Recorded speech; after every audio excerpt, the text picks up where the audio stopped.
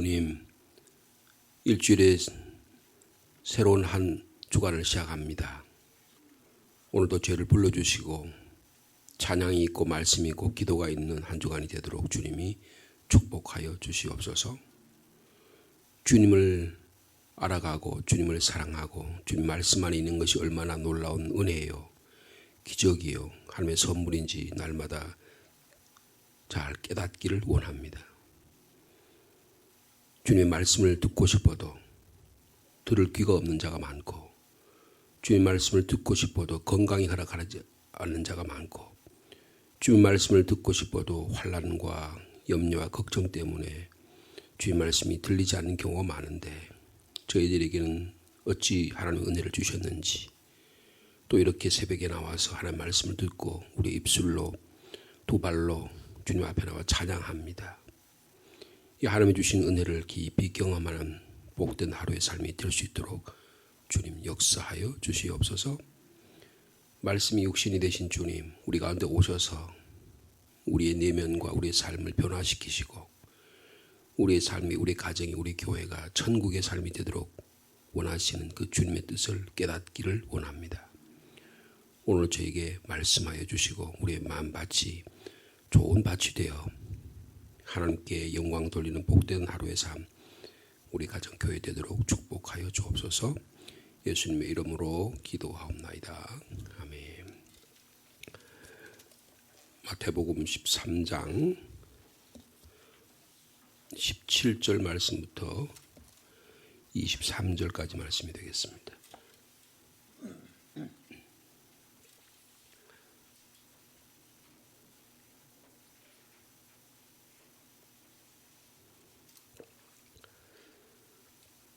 마태복음 13장 17절 말씀 제가 먼저 받드리겠습니다. 내가 진실로 너희에게 이르노니 많은 선지자와 의인이 너희가 보는 것들을 보고자 하여도 보지 못하였고 너희가 듣는 것들을 듣고자 하여도 듣지 못하였느니라.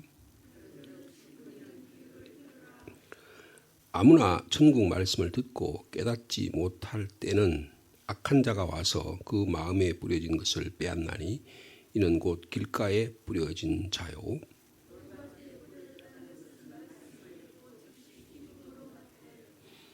그 속에 뿌리가 없어 잠시 견디다가 말씀으로 말미암아 환난이나 박해가 일어날 때에는 곧 넘어지는 자요.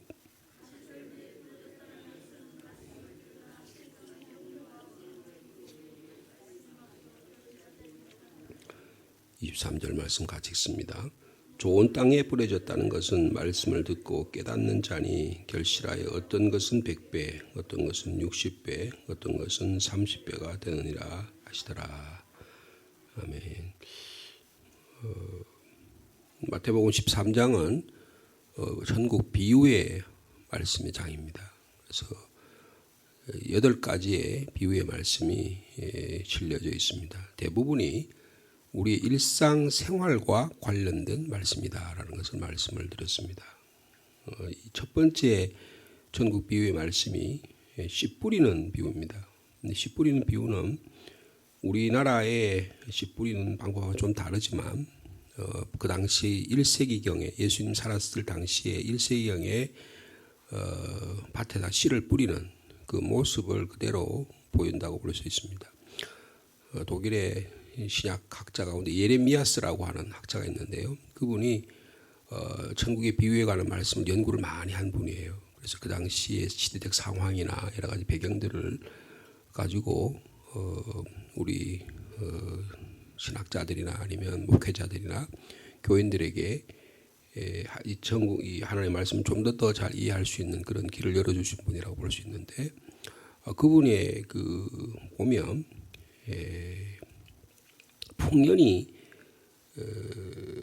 풍년이 들었을 경우에 한 대의 씨를 뿌리면 한 10대 정도를 거둔대요. 그러니까 한 10배 정도를 거두는 거죠. 그게 그 당시의 일반적인 경우입니다. 그런데 지금 한 대를 뿌렸는데 길가에 뿌리고 그리고 도착밭에 뿌리고 가시밭에 뿌렸으니까 75%는 버린 거잖아요. 그죠? 결실이 못 맺었으니까. 그럼 나머지 25%만 결실을 맺은 거잖아요. 그 25%가 10배 결실을 맺었다는 거예요. 그러니까 한 대에 뿌려가지고 한 7대 반 정도는 열매를 거둔 겁니다. 그러니까 어떻게 보면 아무 쓸모없는 것 같지만, 그러나 요새로 하면 뭐 요새는 농법이 많이 개발이 돼서 시에 벼 한 포기를 심으면 얼마가 날까요? 예? 보통 얼마가 날 것 같아요? 최소한 100배 이상은 납니다. 100배 이상 나는 걸로. 저도 한번 직접 논에 가서요. 그 가을에 가서 씨를 벼 이상을 한번 뽑아가지고 세어봤더니요. 한 100개 이상이 돼요. 그러니까 지금 한 100배 정도 수확이 납니다. 그러니까 이게 무슨 말이에요? 그러니까 어떤 곳에 씨를 뿌리냐는 것은 오늘 본문의 말씀 주님이 해석을 해 주시잖아요. 이 뭐라고요? 마음밭이다. 마음밭이다. 이것은 말씀에 씨를 뿌려본 자는 누구나 경험할 수 있는 것입니다. 이거 내가 이게 설교가 이게 되겠나? 교인들이 말씀을 받아들일까? 아이들 교육해본 부모님도 다 알 거예요. 다른 애들은 다 잘 알아듣는 것 같은데 우리 애들은 왜 못 알아들을까? 학교에서 교편 생활을 하시는 분도 알죠. 야, 쟤는 저렇게 쏙쏙쏙 잘 알아듣는데 왜 쟤는 저렇게 못 알아들을까? 마음밭이 다 각각입니다. 그러면 얘한테만 말씀의 씨를 뿌립니까? 다 씨를 뿌리죠. 길가에도 뿌리고 돌짝밭에도 뿌리고 그리고 가시밭에도 뿌리고 옥토에도 뿌리는 것입니다. 주님의 마음이 여기 들어있는 거예요. 주님의 마음이 들어있는 거예요. 근데 17절 말씀 보면 내가 너희에게 이르노니 많은 선지자 의인들이 너희가 보는 것을 보고자 해도 보지 못했고 듣고자 하는 것도 듣지 못했고. 여러분 여기서 너희가 보고 듣는 게 뭡니까? 예수 그리스도의 말씀과 기적과 하나님 나라에 대한 이해예요.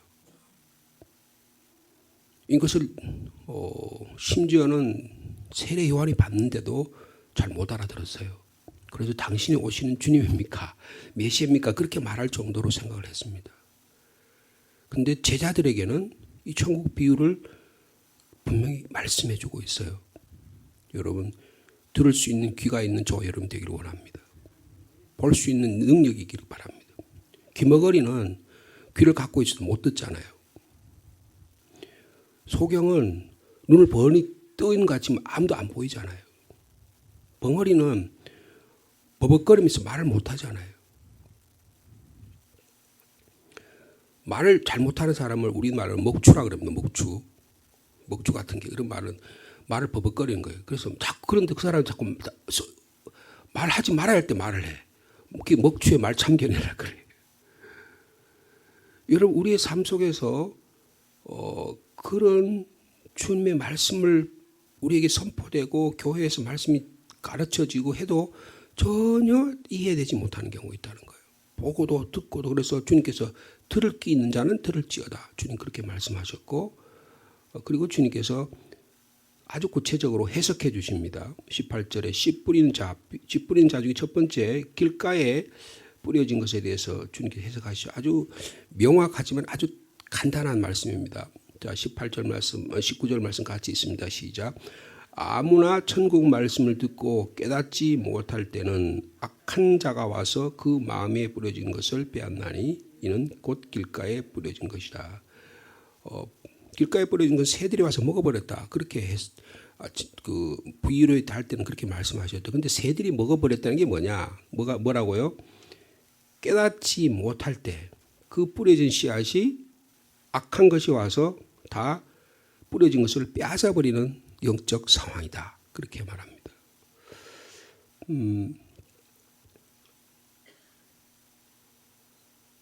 누가 해당될까요? 이 당시 그 당시에 바리새인과 서기관입니다. 가장 성경을 많이 아는 것 같은데 가장 모르는 거예요. 말하자면 교회 목사가 제일 못 알아듣는다 그 말이에요. 요새 말로 하면. 네. 여러분 목사가 제일 설교하기 어려운 데가 어느 곳일 것 같아요? 목사들 앞에. 왜냐하면 잘 안 받아들이니까. 지 생각이 분명해가지고 안 받아들이는 경우가 많으니까. 네. 목사들 앞에서 설교했는데 감동이 됐다. 그러면 좋은 설교자예요. 말씀을 듣고도 깨닫지 못하는 거예요. 중심이 뭔지 잘 몰라. 핵심이 뭔지 파악을 못해. 전후 맥락을 다 잘라버리고 쉽게 지멋대로 이해를 해. 그래서 말씀을 받으면 맨날 상처만 받아. 이 사람은 길가에 뿌려진 것입니다. 그래서 마음이 딱딱해요. 아무리 말씀을 해도 감동이 없습니다. 목사가 설교를 저렇게밖에 못하나 이렇게밖에 생각이 안 되는 거예요.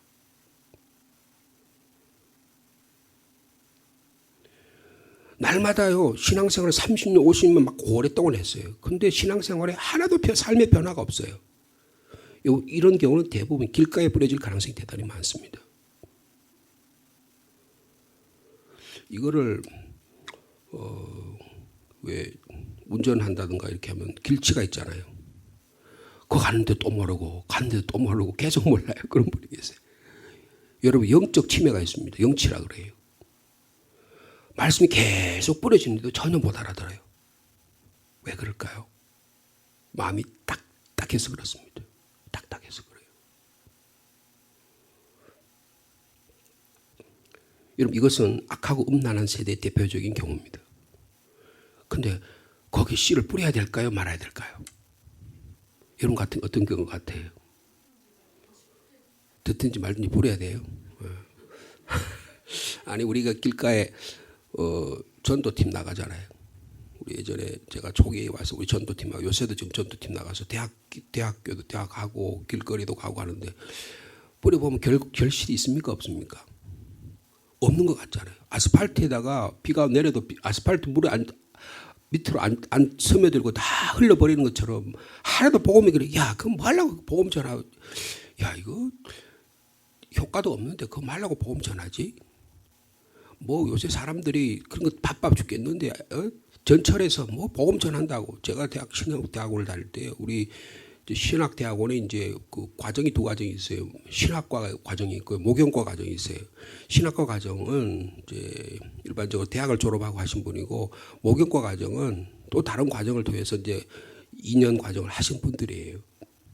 근데 그 목영과 과정 중에 전도사님 한 분이 그 당시 전도사님 계셨는데 이분은 수업만 끝나면 예수 천당, 그다음 불신 지옥 이렇게 앞에 딱 써가지고요. 그리고 팻말 들고요.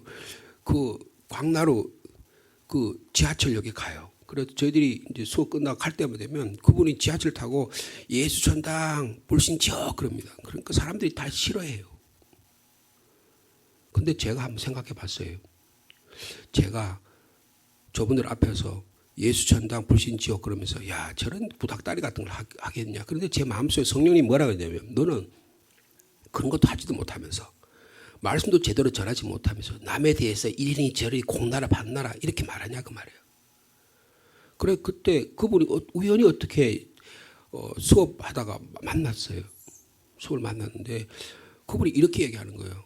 아 전도사님 참 부럽습니다. 이렇게. 그래서 왜 그러냐 그러니까 제가 죄송합니다만 신학대학들을 1등으로 입학을 했거든요. 그 1등으로 입학하면 입학식 때 기도를 해요. 그러니까 그래 저분이 이제 1등 입학했네. 전체 수석이다. 이렇게 하는 거예요. 어떻게 전사님이 이렇게 하셔서 1등으로 입학했냐. 그래서 제가 그랬어요. 전사님 오히려 제가 부끄럽고 전사님이 늘 앞에 예수천당 불신지옥 하며 다닐 때 제가 늘 마음이 부끄러웠습니다. 어떻게 전사님은 그런 말씀을 전하면. 근데 어느 날 집사람하고 갔는지 어디 갔는지 명동에 간 적이 있는데 명동에 가 있는 거예요. 명도에 가서 계속 복음을 전하는 거예요. 여러분 말씀을 듣든지 못든지 복음을 전해야 됩니다. 내 애가 교육이 안 되고 말 한다고 포기할 겁니까? 포기 안 하잖아요. 끝까지 내 아이를 교육하잖아요. 성도들이 목회하는데 말씀을 전하는데 교인들이 안 듣는다고 말씀 안 전합니까?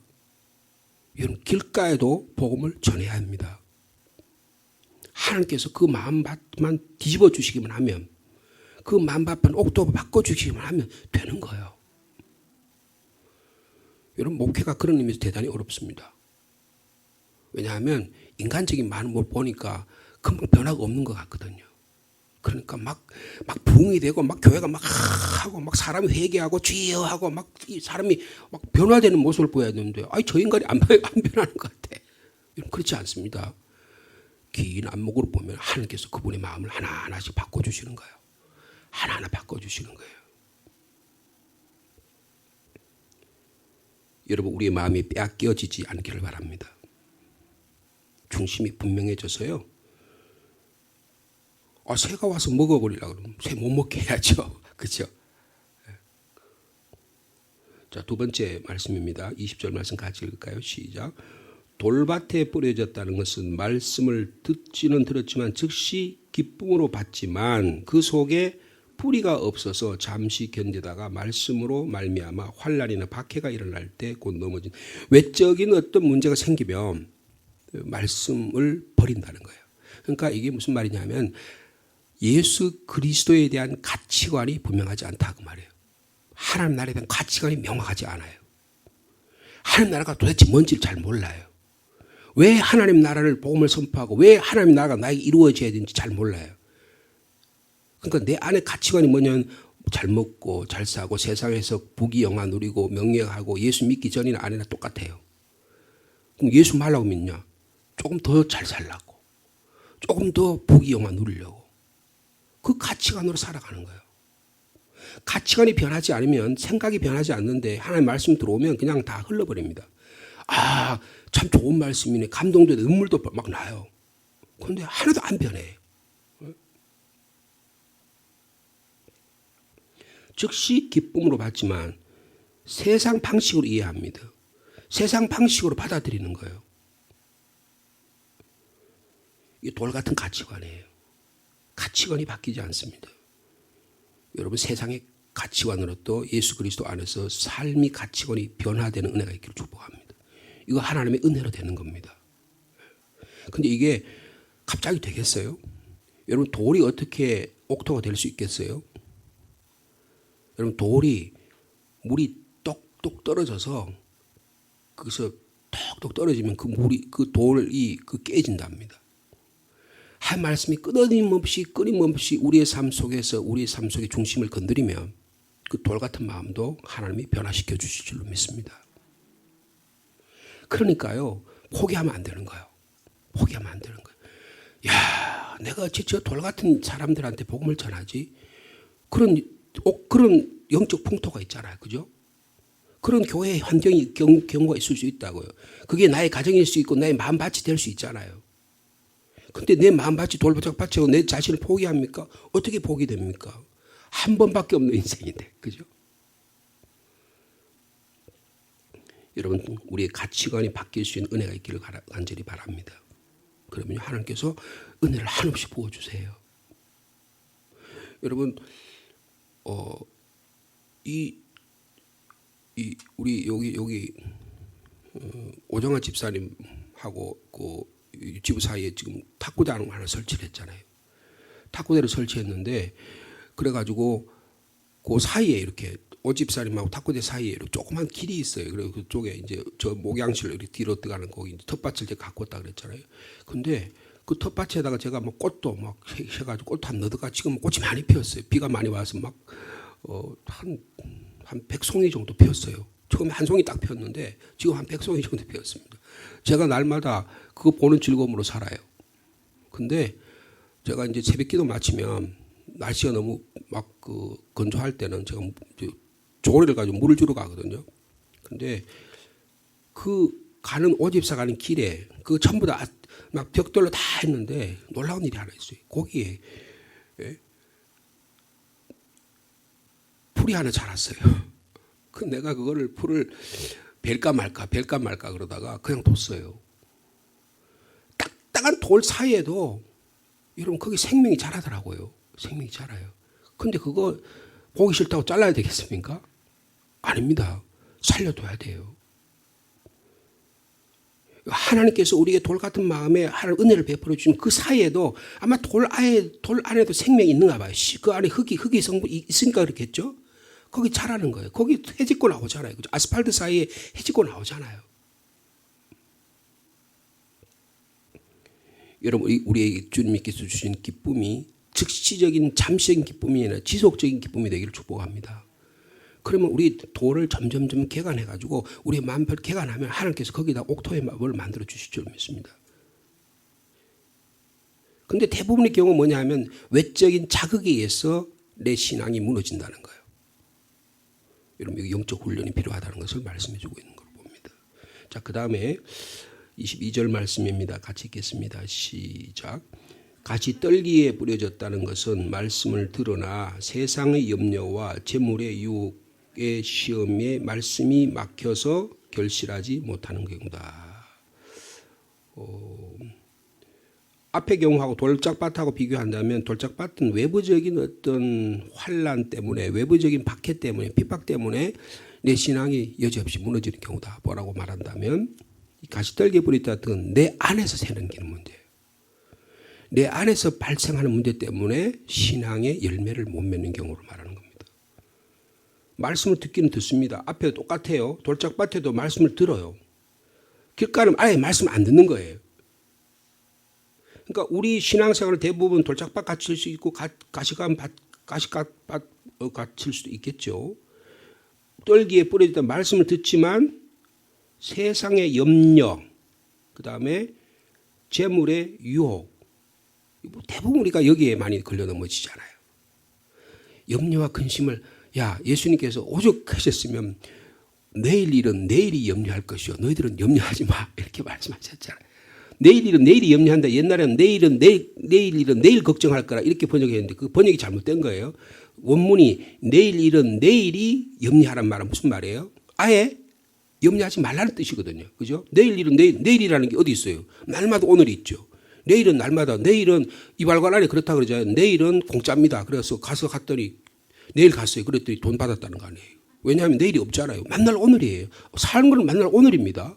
근데 나는 내일을 생각하고 사니까 어리석은 삶이잖아요. 그죠? 그 염려도 마찬가지예요. 염려의 거의 90%는 다 쓸데없는 걱정입니다. 근데 내가 만들어 놓은 거예요. 다 내 안에 뭐 온갖 것 때문에 잡스러운 걸 막 만들어 놓으니까 생각하는 거예요. 대부분이 돈 걱정이죠. 대부분이 자식 걱정이에요. 그죠? 근데 내가 자식 걱정한다 그게 자식이 됩니까? 하나도 안 되더라고요. 제가 애 세 키워보니까 제 뜻대로 된 게 하나도 없어요. 다 지멋대로 해요. 근데 지멋대로가 아니고 하나님 뜻대로 되더라고요. 네? 염려가 그렇습니다. 재물도 그렇습니다. 여러분 재물을 막 끌어모아놓으면 내 거 될 것 같은데 자식들이 다 가져가 버려요. 사기꾼이 와가지고 다 판단이 흐려지니까 요새 보이스피싱 이런 거 있잖아요. 그래가지고 그 아까운 돈들을 할머니들이 그냥 한꺼번에 다 갖다 막히는 그런 일들이 발생을 하잖아요. 교회 오래 다녀도 열매가 없는 경우 있어요. 그 사람 때문에 변하고 싶은데 그 사람 때문에 변화가 안 돼. 그런 경우도 있다는 거예요. 그게 왜 뭐가 그렇습니까? 염려와 근심과 걱정 때문에 그렇다는 거예요. 유혹 때문에 그렇다는 거예요.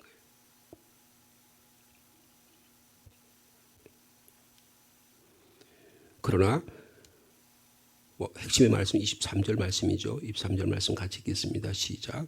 좋은 땅에 뿌려졌다는 것은 말씀을 듣고 깨닫는 자니 결실하여 어떤 것은 100배, 어떤 것은 60배, 어떤 것은 30배가 되는.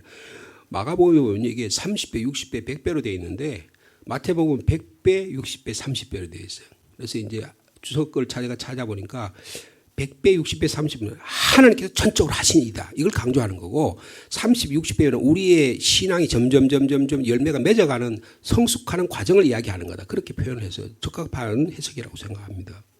그러니까 여기서 100배, 60배, 30배 전적으로 열매 맺게 하는 것 전적인 하나님의 은혜라 그 말이에요.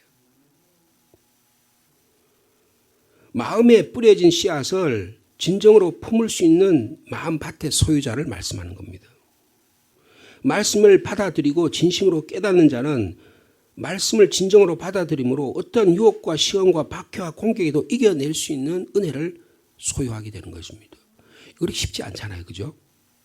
여러분 오늘도 이 주신 말씀이 우리의 마음에 옥토가 되어서 100배, 60배, 30배 결실을 맺을 수 있는 저 여러분의 삶이 되기를 축복합니다.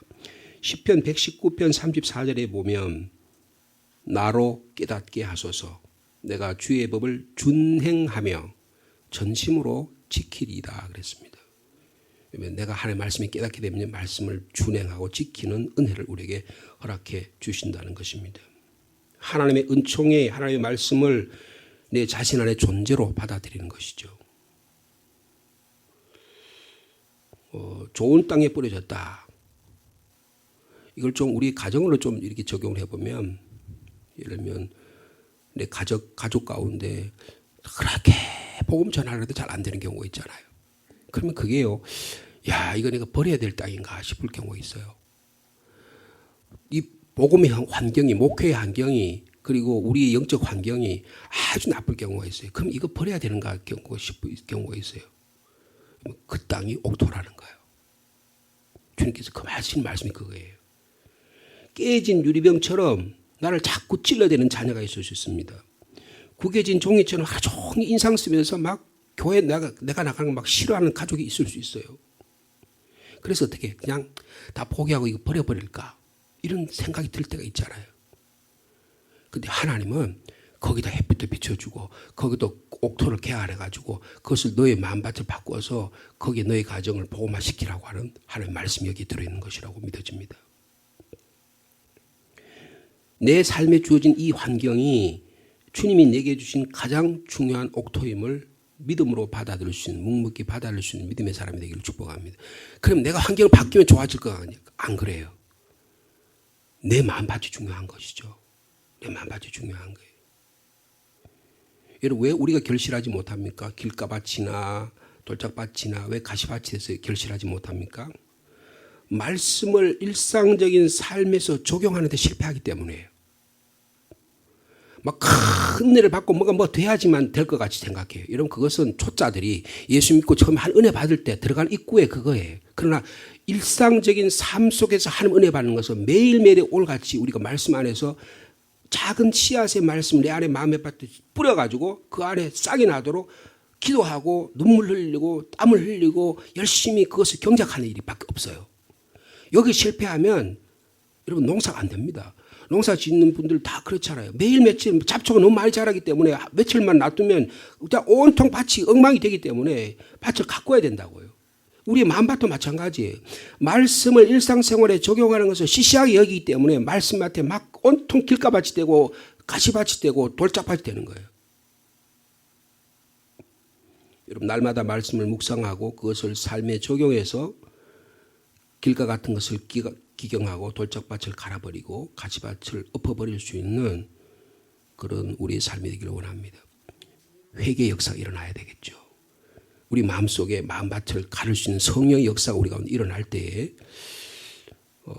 하나님께서 우리에게 많은 열매를 맺게 주실 줄로 믿습니다. 여기서 방해하는 여러 가지 일들이 있음에도 불구하고 하나님의 말씀 앞에 우리가 바로 서게 되면 하나님께 우리에게 때가 되면 많은 열매로 결실을 맺어줄 줄로 믿습니다. 오늘 주신 열매를 여러분 많이 풍성히 누리시고 이 한 주간에도 축복받는 삶을 사는 여러분 되기를 축복합니다. 주님, 저희들이 바리새인과 서기관과 같이 될까 심히 두렵습니다. 성경 지식 많이 알고 교회 생활 오래 했지만 주님 보시기에 우리의 삶이 변화되지 않아서 주님 얼마나 답답해 하시는지 주님 잘 아십니다. 주님, 저희를 불쌍히 여겨 주시옵소서.